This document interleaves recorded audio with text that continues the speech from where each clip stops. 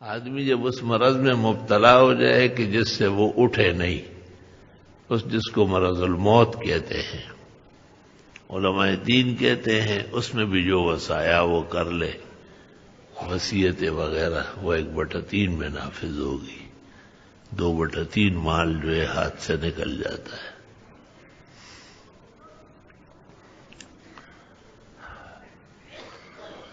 مال کل 3 حصوں میں ہوگا، خواہ کوئی چیز بھی ہو، گھریلو سامان ہو،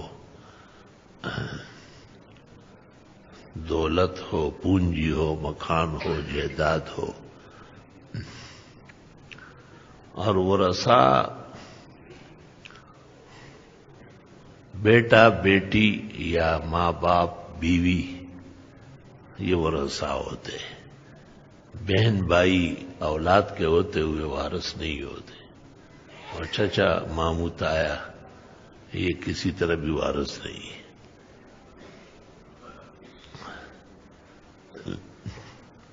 یوصیکم اللہ فی اولادکم، اللہ تمہیں تاکید کرتے ہیں اولاد کے بارے میں۔ للذکر مثل حظ الانثیین، لڑکے کو 2 حصے اور لڑکی کا 1 حصہ ہوگا۔ اگر کسی کی 1 بیٹی ہے تو اس کو فلح نصف، اور اگر 2 سے زیادہ ہے تو وہ 2 ثلث میں وارث بنے گی۔ اولاد ہے تو بیوہ 1/8 کی وارث ہے، 7/8 اولاد میں تقسیم ہو جائے گا۔ اسی قاعدے سے لڑکے کو 2 لڑکی کو 1۔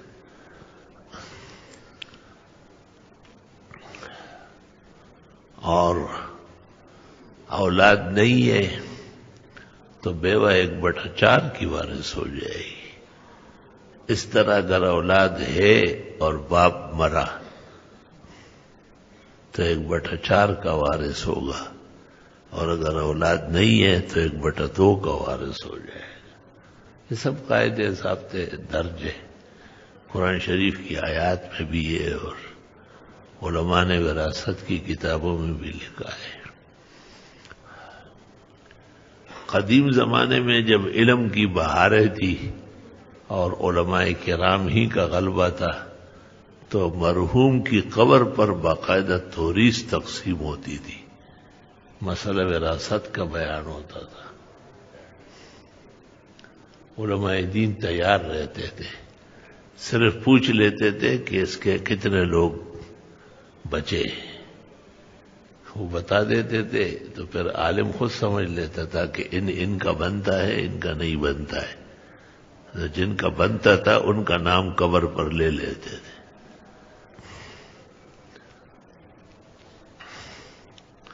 آہستہ آہستہ لوگوں میں بھی دوری آ گئی، اور ہمارے دوستوں نے بھی کچھ کمزوری دکھائی۔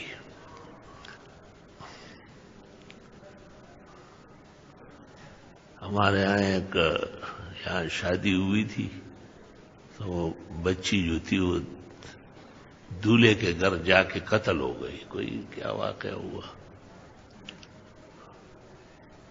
تو وہ باپ اور بیٹے دونوں یہاں نمازی تھے، تو روزانہ باپ بیٹے کو کہتا حضرت سے پوچھ کے اور سامان اٹھا لاؤ۔ تو میں نے ان کو کہا کہ نصف سامان جو ہے وہ دولہے کا ہے، اور باقی وہ تقسیم ہوگی، کیونکہ اولاد نہیں ہے۔ اولاد ہوتی تو پھر 1/4 ہوتا دولہے کا۔ انہوں نے جب یہ سنا کہ نصف اس کا ہے، تو باپ بیٹے کو کہتے ہیں بس مسائل چھوڑ دو، ویسے ہی جا کے سارا اٹھا لاؤ۔ یہ ایمان ہے، یہ اسلام ہے۔ شریعت کی رہنمائی کو ناپسند کر لیا تو یہ کیا زندگی ہے انسان کی؟ زندگی آمد برائے بندگی، زندگی وہ ہے جس میں شریعت کا اتباع ہو، اور زندگی بے بندگی شرمندگی۔ دنیا جنگل ہے، ہر طرح کے لوگ آباد ہیں اس میں۔ ایک شخص تفسیر پڑھنے آتا تھا، بڑی عمر کا آدمی تھا، سونے کی گھڑی پہنا ہوا تھا، تو اس کو تفسیر کے دوران مسئلہ معلوم ہوا کہ سونے کی چیز استعمال نہیں کر سکتا ہے مرد، تو وہ گھڑی اتار کر ہمارے منصور بھائی کو دی کہ یہ بیچو اور یہ تفسیر کے طلباء پہ خرچ کرو، کیونکہ میں پڑھنے آیا ہوں اور عمل نہ کروں تو پڑھنے کا فائدہ کیا ہے۔ کچھ مدت جب گزر گئی تو اس کی والدہ ہمارے گھر آئی اور اس نے فریاد کی کہ میرے خاوند نے مرنے سے پہلے یہ مکانات جو جس میں ہم رہ رہے 2 چھوٹے بیٹوں کے نام کی ہے، ان کی شادی نہیں ہوئی،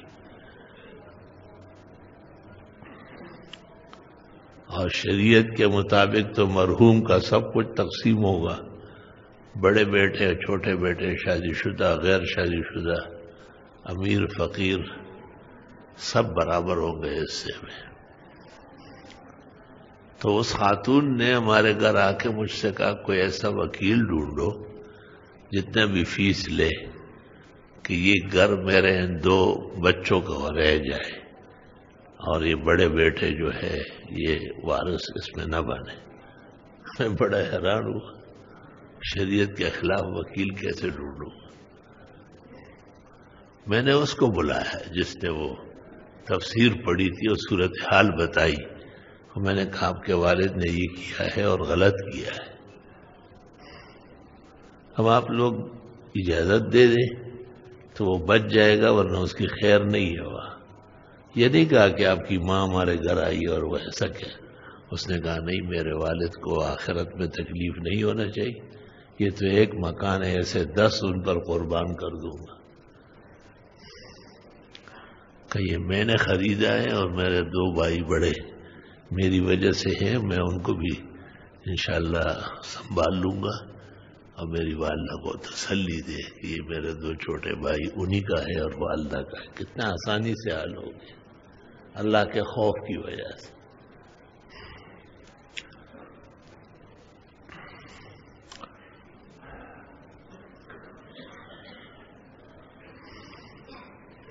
دنیا کے اندر کیا کیا پیش آتا ہے۔ بخاری شریف میں ہے کہ ایک شخص نے رسول اکرم صلی اللہ علیہ وسلم سے کہا کہ حضرت میں نے اپنے بیٹے کو سب جائیداد دی اور میں چاہتا ہوں کہ آپ بھی گواہ بنیں۔ آپ نے کہا بیٹے ہے کتنے؟ اس نے کہا اور بھی 2-4 ہے، لیکن میں اس سے بہت خوش ہوں اور اس کو دے رہا ہوں۔ آپ نے کہا تو ظالم ہے؟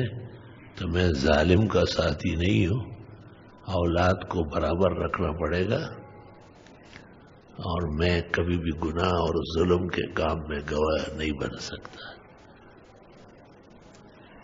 یہ ہے رسول اکرم اور یہ ہے نبی مقدس اور یہ ہے شرف اور عزت کے پیغمبر اور یہ ہے صراط مستقیم لانے والے اور امت کو بتانے والے۔ یا رب صلی وسلم علیہ۔ ان تمام تقریروں کا حاصل یہ ہے اور گفتگو کا کہ ہر مومن مسلم دنیا سے گزرے ہوئے شخص کا مال اور وراثت باقاعدہ شرعیہ تقسیم کرے اور حاصل کرے۔ غلط بات ہے کہ کوئی کہے کہ بیٹی کو کیا ضرورت ہے اور وہ مال آپ تھوڑا ہی دے رہے، شریعت دے رہی ہے، آپ شریعت کو عقل سکھا رہے ہیں۔